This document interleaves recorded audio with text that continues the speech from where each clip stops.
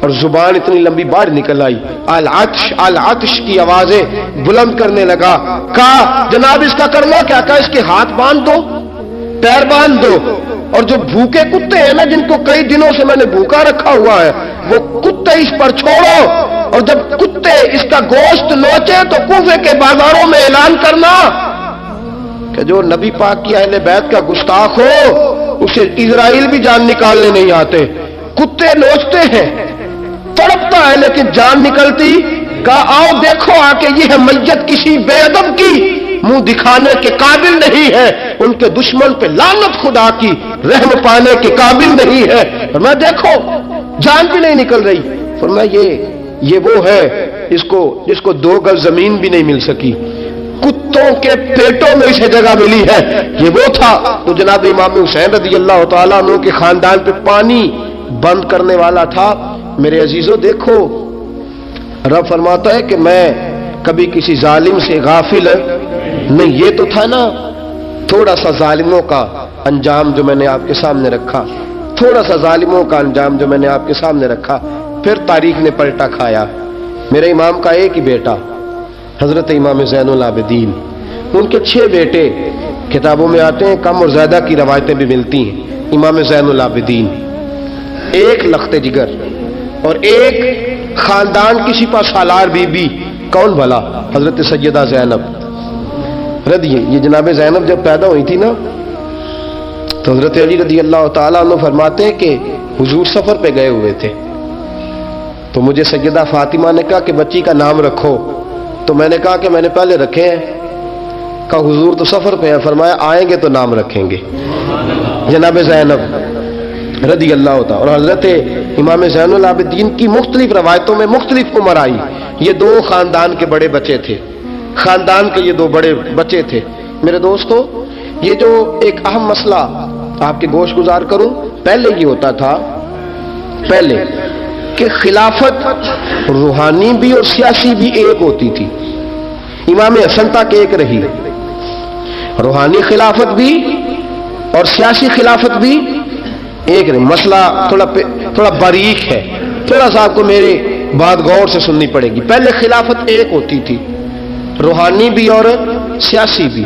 حضرت ابو بکر صدیق رضی اللہ تعالیٰ عنہ سیاسی کام بھی کرتے تھے مسجد نبی کے منبر پر بیٹھ کر، اور ساتھ ساتھ لوگوں کو روحانیت کی طرف بھی توجہ دلاتے تھے، اللہ بھی سکھاتے تھے، لوگوں کو نماز بھی پڑھاتے تھے، جمعہ بھی پڑھاتے تھے، سارا کچھ ہوتا تھا۔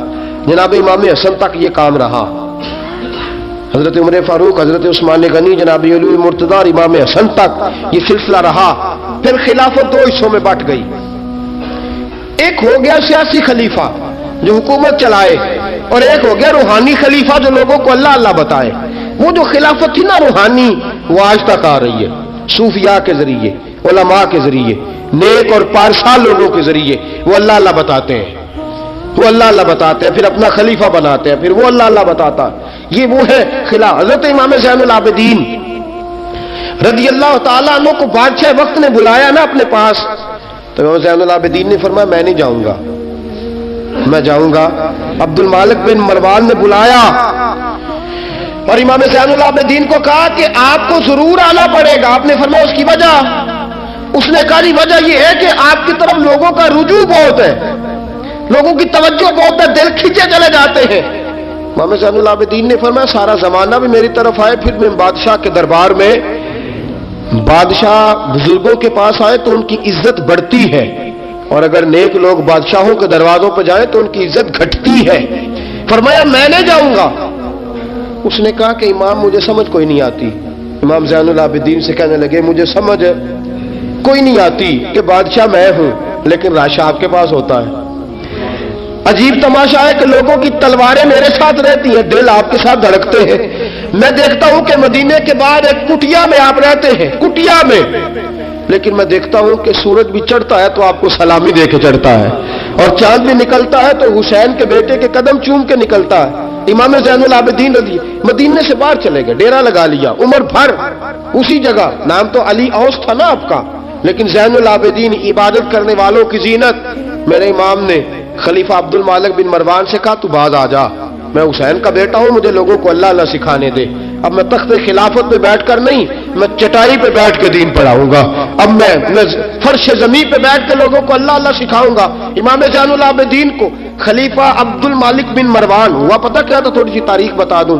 یزید کے مرنے کے بعد اس کا بیٹا آیا, وہ 40 دن تک رہا. میں نے 10 محرم کو بتایا تھا. اس نے کہا میں اپنے باپ کو بھی اس قابل نہیں سمجھتا تھا, چھوڑ کے چلا گیا. اس کے بعد حضرت عبداللہ ابن زبیر رضی اللہ تعالیٰ عنہ جو تھے, وہ کیونکہ مکہ اور مدینہ اور حجاز کے لوگوں نے انہیں اپنا امیر بنا لیا تھا. جب یزید کے بیٹے نے خلافت چھوڑی تو وہ پورے ملک کے ایک جو ہے وہ امیر بن گئے. ان کے درمیان ہی مروان نے سازش کی, مصر اور شام پہ اس نے اپنا تسلط جما لیا. مروان مرتے وقت اپنے بیٹے عبد المالک بن مروان کو بنا گیا امیر. عبد المالک بن مروان بڑا ظالم, بڑا خونخوار, بڑا بد تہذیب آدمی تھا. امام زین العابدین سے کہنے لگا کہ آپ کو آنا پڑے گا. آپ نے فرمایا میں کوئی نہیں آؤں گا. اس نے امام زین العابدین کو گرفتار کرایا. بہت سارے بزرگوں نے لکھا ہے, بالخصوص امام کشیری نے رسالہ میں لکھا, گرفتار کرایا, ہاتھوں میں بیڑیاں, پیروں میں بیڑیاں. امام زین العابدین جس طرح نکلے تھے نا کربلا سے اور دمشق آئے تھے گرفتاری کے عالم میں, اور پھر دمشق سے مدینے آئے تھے, اسی عالم میں پھر گرفتار کرایا.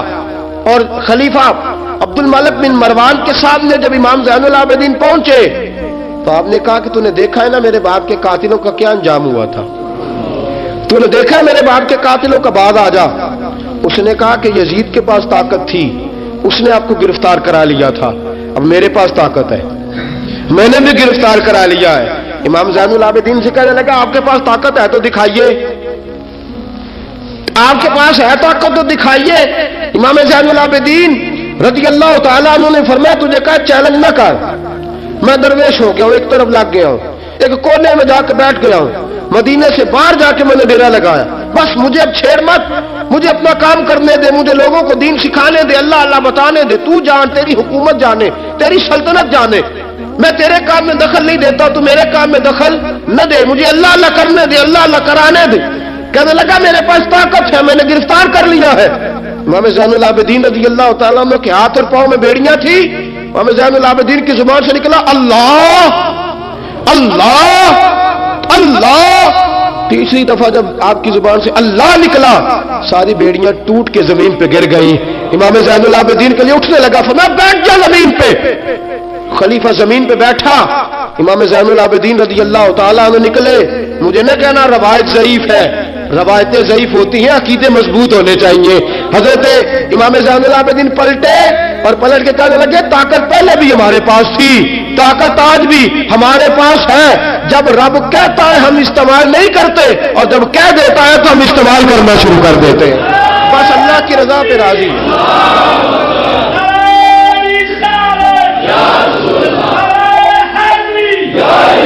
جب اللہ کہتا ہے تو استعمال کرتے ہیں. امام زین العابدین خلیفۃ المسلمین امیر المومنین امام حسن کے بھتیجے جناب علی کے پاس 3 سال رہے تھے.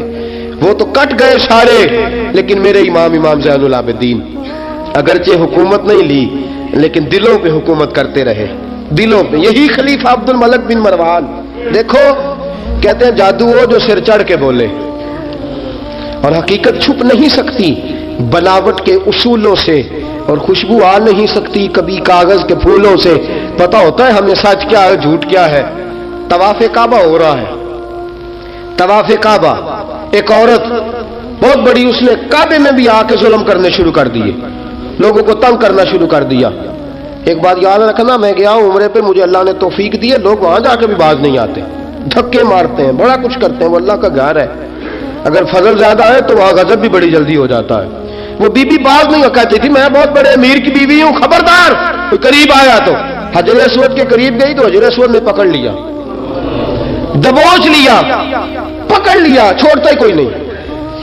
چمٹ گئی ساتھ, بلا لوگوں کو, بڑا کچھ کیا, لیکن حجر اسود چھوڑتا. اللہ آپ کو حج کی توفیق دے, آمین تو کہہ دے. اللہ آپ کو عمرے پہ لے جائے. یہ حجر اسود پتہ بندے جا کے بہادری دکھاتے ہیں. میں جب پڑا سٹے 5-7 بندے, میں پھر چمدا رہا بڑا چیر. ایک کوئی عقل مندی کی ہے, ایک عقل مندی والی بات ہے. وہاں جا کے ہمارے بزرگ تو کہتے ہیں وہاں جا کے جانوروں کا بھی ادب کرو. وہ خدا رسول کے مہمان میں دھکے دیتے رہے ہو، کوئی عقل مندی ہے یہ؟ کوئی بہادری نہیں۔ اگر سوڈان والے کرتے ہیں، ایران والے کرتے ہیں تو وہ جانے، ان کا رب جانے، ان کے عمل جانے، ہم تو وہاں جا کے جانوروں کا بھی ادب کریں گے، ادب کریں گے، احترام۔ نہیں موقع ملتا تو نہ ملے۔ میرے حبیب نے فرمایا دور سے ہاتھ لہرا کے چوم لو، حجر اسود قیامت والے دن تمہارے ایمان کی گواہی دے دے گا، تمہارے ایماندار ہونے کی گواہی دے گا۔ بی بی چمٹ گئی ساتھ۔ خلیفہ عبد المالک بن مروان سے کہا کہ وہ بہت بڑے رئیس کی بیوی، اب چھڑا اب ساری زندگی تخت پہ بیٹھ کے امام زین العابدین کی مخالفت تو کرتا رہا ہے، اب چھڑا۔ نیچے اتر آیا، اس بی بی کے خاوند کو کہنے لگا زین العابدین کے پاس چلے جاؤ، اگر حل ہے تو اس کے پاس ہے، اگر کوئی علاج ہے تو اس کے پاس ہے، اس کے پاس جاؤ، میں چھڑا سکتا۔ ادھر جاؤ، ادھر وہ ہے دروازہ، وہ ہے جناب علی کا پوتا، وہ ہے امام حسین کا جانشین، وہ بیٹھا ہے۔ زین العابدین تیرا تو سارا گھر کربلا میں کٹ گیا تھا، تیرے پاس تو رہنے کو مکان تک نہیں بچا تھا، خون کی ندیاں بہ گئی تھی، اور یہ کیا معاملہ ہے؟ امام زین العابدین کی سیرت اور صورت لوگوں کو بتاتی ہے کہ اب بھی اگر محبتوں کی وجہ سے دل جھکیں گے تو ہمارے خاندان کی طرف ہی جھکیں گے۔ امام زین العابدین کے پاس گئے، امام زین العابدین اپنے حجرے میں بیٹھے، کہا جناب ایک بی بی حجر اسود کے ساتھ لگ گئی، آپ آئیے۔